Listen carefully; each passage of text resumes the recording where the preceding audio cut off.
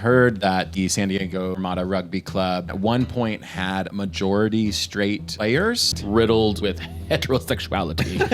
I started to realize that some players that I thought were gay were straight. Mm-hmm. Some people take it very seriously and some people don't.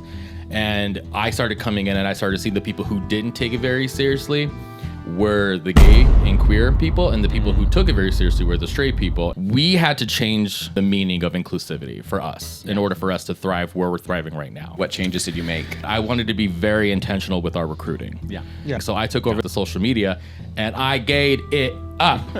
We made it super, super gay. And the people who saw our social media who didn't feel naturally comfortable with that, they left. Bring back gay porn in gay bars. It will get rid of them. The ones that are not allies, they will leave. What a cool way to weed out the people who aren't true allies. They would show up and they're like, oh, I don't mind that you're gay. And I'm like, I kind of do want you to mind, because if you recognize that I'm gay, then you show up for me in places where I need you to show up. Yeah. We play just in this. Uh-oh. good.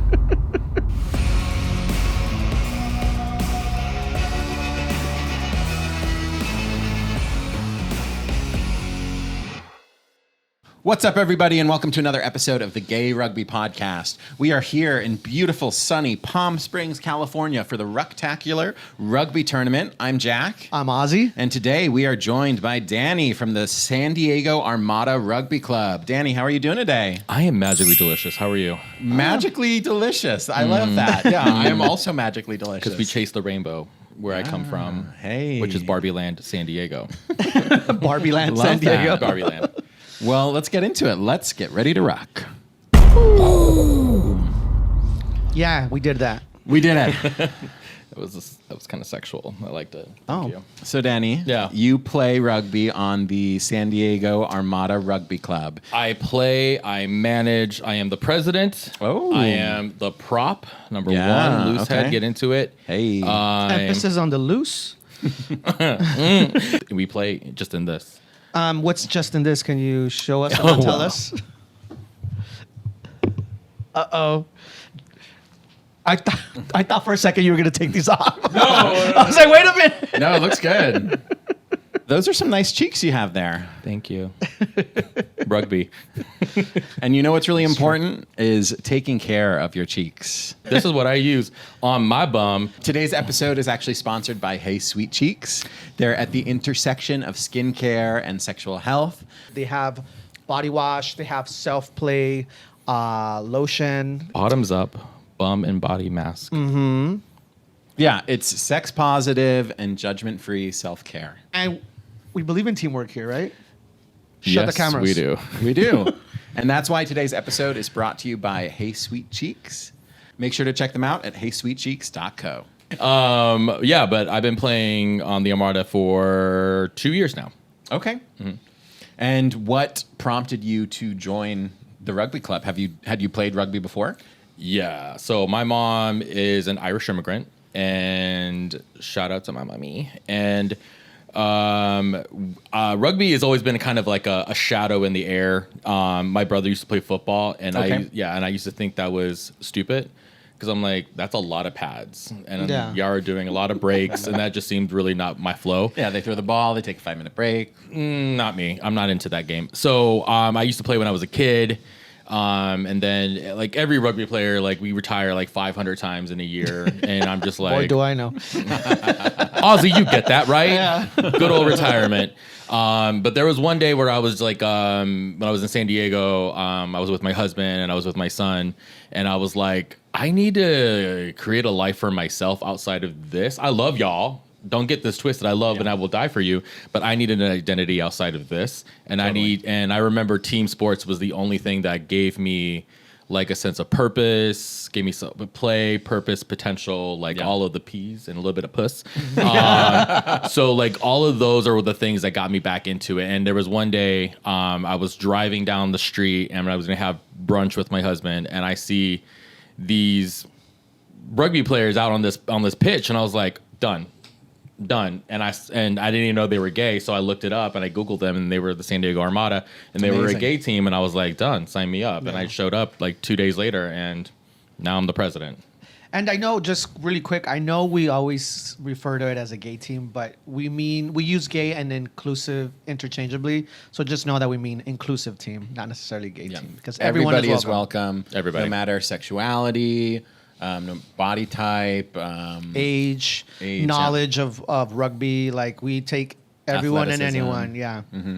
So that is a pretty quick trajectory from joining the team to 2 years later running it. Yeah. Was there not an infrastructure in place, or were you just kind of in the right place at the right time? How did that come about? A little bit of column A, Yeah. a little bit of column B. Okay. The Armada has been around for 21 years. We just celebrated our 21-year anniversary. Happy birthday. Thank you. Yeah. Shots on us. Hey, you said it. I said Hey, we're getting shots later. Taking There that on out, Danny. yeah. We fundraise. But yeah, no, we were around for 21 years. And when I joined the team, I was told it was inclusive. It was gay. It was, we have trans people, we have non-binary people showing up. And I showed up during the sevens season. I was like a 38-year-old, severely overweight, tired rugby player who hasn't played rugby in about over a decade. Wow. So I was essentially starting from scratch. And I am a Leo, as you know. So are you, Ozzy. And we have a thing for power. And we just are natural born leaders. So in my mind, but like, I just had the opportunity of, like, I'm a coach. I used to coach surfing lessons and everything. So Okay. I just kind of naturally went into the progression where I was helping new players, and the environment was very infectious, and especially for the gay players, it was, or the queer players, it was very, very infectious as well. And I really wanted to pull that in, and it just kind of getting into that area of consistently showing up for our queer players and our straight players as well too, just kind of naturally kind of put me on that trajectory of president. And I was like vice president within the first 6 months of being on the team, which was crazy. Amazing. We were going through a lot of changes. Yeah. The Armada. We've And gone through a lot of changes. you guys are about to go under right here. Bad management. No, I'm just kidding. We're about to go under some bridges. That's about it. Maybe. Well, I remember a couple years ago, and, I'm speaking as an outsider, but I heard that the San Diego Armada Rugby Club, started as an inclusive rugby club, and at one point had a majority straight players. Yes. Is that correct? Riddled with heterosexuality. It was sprinkled everywhere. And that was actually, when I first joined, nobody really talked about sexuality or gender. We were just kind of like, we love rugby. Yeah. And we're a little flamboyant, and we're just here to play, and we have fun. Later, as we started to develop, I started to realize that some players that I thought were gay were straight. It didn't really matter to us, but eventually there were some problems I saw, because we are an inclusive team. Inclusivity means everybody, right? Yep. The funny thing about the Armada is that we have a sprinkle of like really advanced players, like really, really, really good players. Our coaches, even our coaches, have qualified for like the USA like team. Like, you know what I mean? Like we are Eagles? we're like, some of us are Well, like, I think that's where the USA team practices, right? In San Diego. Yeah. So that makes sense. Yeah, I mean, it's like some of us are like hardcore, and then we are also we're a military city, so we have the Marine team, we have a Navy team. There's a lot of people who show up, and they have different layers of experiences. Some people take it very seriously, and some people don't. And I started coming in, and I started seeing the people who didn't take it very seriously were the gay and queer people, and the people who took it very seriously were the straight people. And it just wasn't, at some random time, it wasn't as fun. And we had people who would join our team. They would see our team as they'll take anybody team. And I'm like, no. So I had to, as I came into presidency, and this is a very controversial thing, but I'll talk about it. We had to change the name and the meaning of inclusivity for us in order for us to thrive where we're thriving right now. And how did you do that? And what did you do? What changes did you make? I made a lot of changes. I came in and I pulled the rug up, and baby, there was really good, like really good floor, hardwood floor, parquet. It was great. I don't know. You're a realtor. You tell me if that's good or not. But like, what the changes I made is that I wanted to be very intentional with our recruiting. Yeah.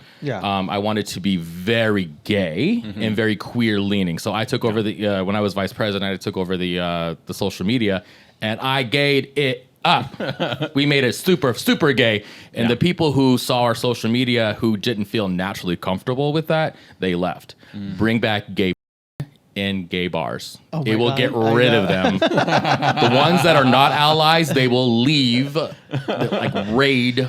Okay. That is such an interesting way to go about it, because you really kind of went back to the roots of the club initially and really leaned into, being a gay inclusive team. Yeah. And what a cool way to weed out the people who shouldn't be, who aren't true allies. Yeah. I mean, honestly, like we were riddled with people who were they would show up and they're like, "Oh, I don't mind that you're gay," and I'm like, I kind of do want you to mind, because if you recognize that I'm gay, then you show up for me in places where I need you to show up. Yeah. It's not enough to just not care that someone's gay. It's about being an ally. Yeah. No, I mean, you telling me like I don't care that you're gay. It just means like you recognize that there's something wrong with me, and you're fine with the wrongness. I'm like, we're not going to do this here, not on this day. So no. Yeah. So we completely switched up the idea of like inclusivity, and by ways of like the crowds that we talk to are inclusive. We talk to queer people, transgendered. We talk to everybody we can to understand that there is a queer, inclusive rugby team here in San Diego. Amazing. How we talk to them is different. So let me talk to you really quick. Okay. So if you ever go to like high school and you have like people who say, like you have like the Marine, or like you'll have like the Navy to show up, and they'll give like a 5-point presentation as why you should show up and why you should join the Navy. And then the Marines show up and this guy has no like presentation. He just says, "I don't think you guys are good enough. This is a hardcore thing. But if you want to prove me wrong, meet me in the back." And I'm like, because ultimately at the end of the day, rugby is not kickball. It is not softball. We are not a sport where you can come in, try to find a boyfriend, and just gallywag, because you will get hurt. And then we have a lot of people who would leave, who would show up, get hurt, talk trash about us, and we would just have like low numbers. Now we challenge our people. It's like, you're queer, cool. You're going through a breakup, even better. Channel it. Channel that anger. Like, we have some people on our team who are going through a breakup, and I scream out their ex's name. It's like, "Charles!" And he's like, and they start running harder. I'm like, channel that energy. Channel it, diva. And it really pulls in this camaraderie of like, a lot of like our gay numbers have soared. Amazing. Soared because of that. And they are top tier players. We are fighting for positions. People are like fighting in the parking lot. That's a good problem to have. That's a great problem to have. Yeah. You mentioned changing inclusivity. Changing inclusivity, I think, would also include like expanding the visibility of your team, the Los Angeles Rebellion. For those of you that don't know, San Diego is one of our sister clubs. They're down in San Diego. We're in Los Angeles. And we do a lot of things together because of our proximity. And so we had... I can't remember what year it was, but we had a game at our Pride match at the Los Angeles Memorial Coliseum. Olympic Coliseum. And it was the San Diego Armada versus the Los Angeles Rebellion, and it was before the Giltinis played their match. But that was a big deal because it was a game that was played right before a Major League Rugby game. And so that... the visibility that it brings, and they also had Armada and Rebellion socials up on the big screens, which is pretty cool. And dangerous, depending on how you look at it. Yeah.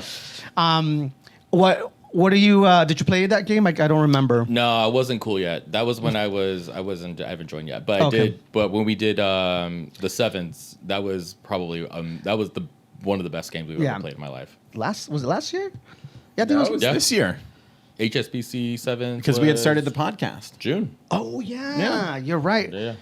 You know what? This past summer, I've been to so many sevens games, and maybe there's alcohol every time that rugby's involved, so it's hard for me to remember if it's like, was it this year, was it last year, was it 2 years ago? But yeah, the Los Angeles Rebellion and the Armada played that sevens game as well. Yeah, it was. The best thing about that is that we mixed it up. Like, different players were wearing different. I've never worn any other team be on my own team. Like I never wore, so I wore your jerseys. I was wearing like, your jersey. Yeah, you look so good in it too. I was like, you look so good in it. And Thank you. And your jerseys were amazing. I was like, this is so light. This is great. And it was actually one of the best games that we've ever played because for us, we always play against each other. But I was like, I know one of my scrum half, he doesn't play around, and then he was on the opposing team, and I was like. Now I gotta chase deal with him. I don't want to deal with him. Like it was very eye opening. It was so sweet. It was very sweet, and we all watched the games together as one giant group. And it was one of the best, most harmonizing gay, queer, inclusive rugby thing ever. Yeah, It was a ton of fun. It was a lot of fun. I did have a question. I was wondering, and we kind of talked about this a little bit, but do you think that the gay rugby community excuses toxic behavior for players who are, like the star players on the field? Not at the Armada. Yeah. Not at the Armada. I mean, I think sports in general will always allow that. When I came on board, I think when I came on board as president, we had a problem where we had star players who just decided they only wanted to show up for like maybe 3 practices and would bump somebody else out. And hilariously, that star player Expect to be on the starting lineup. expected to be on the starting lineup. And hilariously, that starting lineup person always ended up being heterosexual. Inclusive, which is fine, but we are a inclusive team. And then those players would always get bumped. But then the queer players would never get to play, not on my watch. So now we have a very strict attendance guideline. Yeah. You have to meet 75% of our things. You have to run a Bronco at a certain time limit in order for you to be like we have. I'm not making the lineup. we have a developmental coach. We have a backs coach. We have a forwards coach. I stacked that team. And they told the team, here's the thing, the team told me last year that they wanted to be challenged. I was like, okay. So now we challenged them, and they're rising to the occasion, which I'm terrified for us to play tomorrow because I'm like, we're good. But because of those guidelines we put in, those toxic players are gone. Or if they're trying to show up, they're not starting out. And it's really so nice to see them get humbled. Yeah. 'Cause there's a guy on my team, I love him to death, but he likes to show up maybe like 3 practices. And he's here this weekend, and I had to tell him, baby, you're not starting. You're a sub. And he was upset. And I'm like, show up to practices. I don't know what to tell you. You got to show up to practice. You got to be a part of the community. And just because you're good at rugby or you have experience playing rugby doesn't just guarantee you a spot. You really have to participate in the community. Yeah, your privilege ends when you join an all-inclusive team because that's not how it works around here. Especially the Armada. Don't try to come here with that because we don't play that. No. Earlier, you mentioned the military town, like having players come in from various walks of life, some with experience, some without. We interviewed the FOG earlier, or previously, I should say. And so we had them ask a question specifically for the Armada. And they wanted to know what it's like playing in a military city. So I know you kind of mentioned a little bit, but be a little bit more specific if you don't mind. It's enlightening. It's also kind of heartbreaking because you build such amazing relationships with people, and they, like, I have one of my players. He's my one of my flankers. He's Navy, and he called me crying the other day because he's like, I'm going to be they're shipping me out to Virginia next year. Yeah. And I'm like, no, I'm going to throw some chicken bones in the corner. I'm going to like, we're not doing it. Yeah, like, I'm lighting a candle. And it's not happening. And he called me again, like, it worked? Yeah.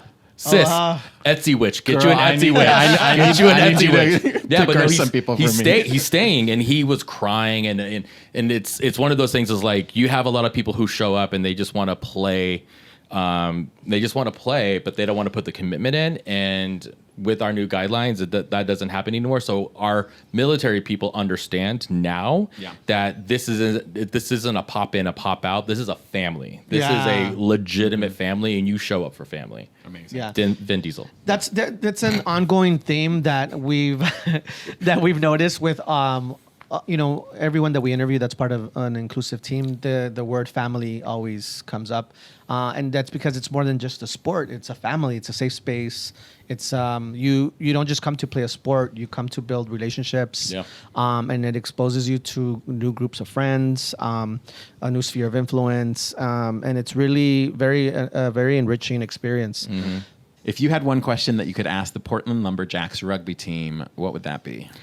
When it comes to living in a city that was superly targeted for some bullshit from some dude over there on Pennsylvania Avenue, how do you manage and create belonging during chaos like that?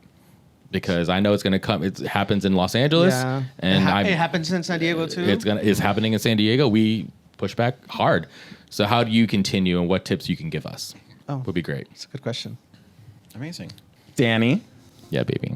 thank you so much for joining us today. We had a ton of fun. Thank you for finally having me. I've been asking to be on this for I don't know. Since so we long. started the podcast. Actually- I think you are like our first follower on Instagram. dead ass, and I TikTok, am and so YouTube, devoted. and we really appreciate it. Of course, you guys Thank are you amazing. for You all guys, of the support. thank you for doing this, because for somebody like me, this is so important. Especially, like, I love to listen to like murder podcasts, and then sometimes I'll go straight little to this. dark. No, it's a little dark, but this brings me hope and light, and I just like to hear both of your voices. Yeah. There's too much darkness in the world. Too much darkness, and you guys are so fucking amazing. So thank you. Oh, Thank you. Thank you, Danny. Aw. We appreciate it.